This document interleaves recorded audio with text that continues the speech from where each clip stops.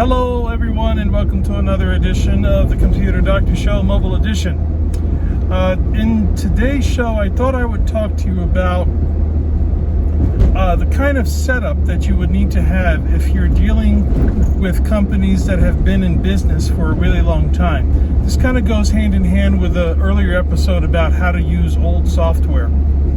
If you're dealing with other companies that have been in business for a long time, like in excess of 50 years, 70 years, or sometimes even over 100 years, okay, they might be using technologies that you have to have in place in order to even communicate with them. A good example is today I just came out of a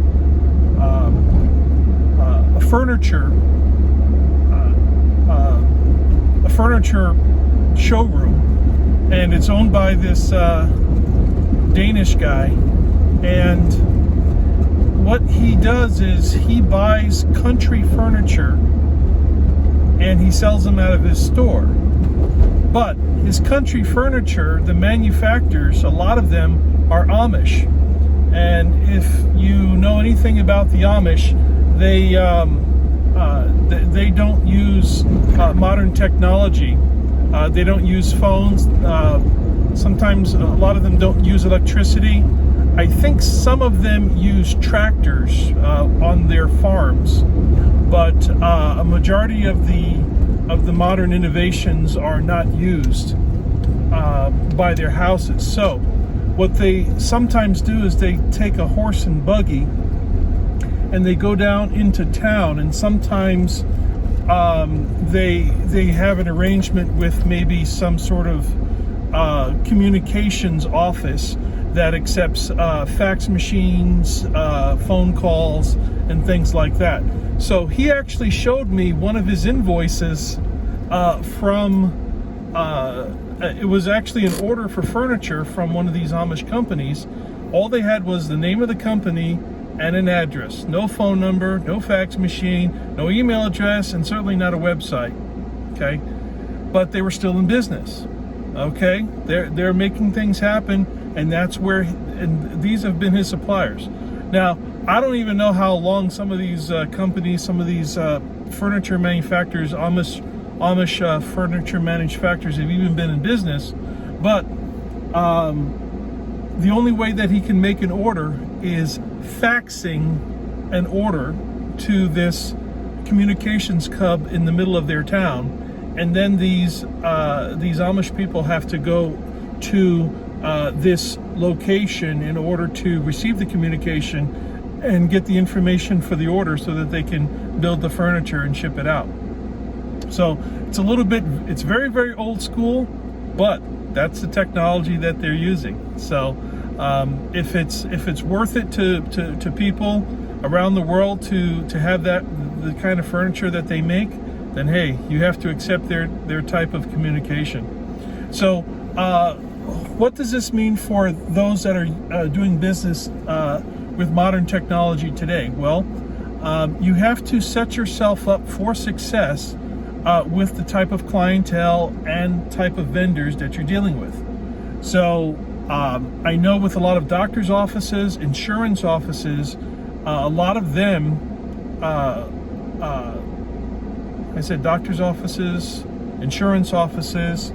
I even know some people that sold life insurance, and it was like life insurance, like door to door, where you pay weekly in person, where they come to your house and you pay your life insurance that way. I actually knew a guy that did that, and he still had all of his clients in shoe boxes, okay, on little cards, and everything it was very organized, but that's the way he did it. And right now he's at a point where he can't change. The guy that's running the furniture store, they are actually tearing up the front of his street, and one of the main ways that he was getting business was people just driving by, seeing his big sign, people just turn in.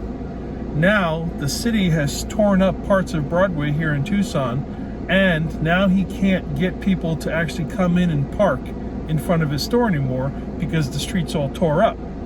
So he's losing a ton of business. The city didn't give him a lot of money for the use of the parking lot, but they still allowed him to stay in business, but they gave him money for the parking. But if you remove the parking, obviously he loses business.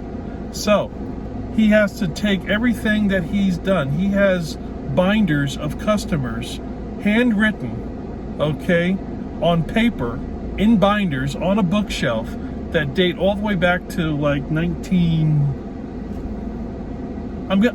I saw it to 2000, but I'm sure he has more binders that date all the way back, probably back to 1980. And as we were going through some of his records, he actually knows some of the people that have already died with, you know, from his records. So he has now the large task of taking all of his customers on paper and putting them into some sort of email or mailing system so that he can continue to keep contact with his customers that he's generated over the years.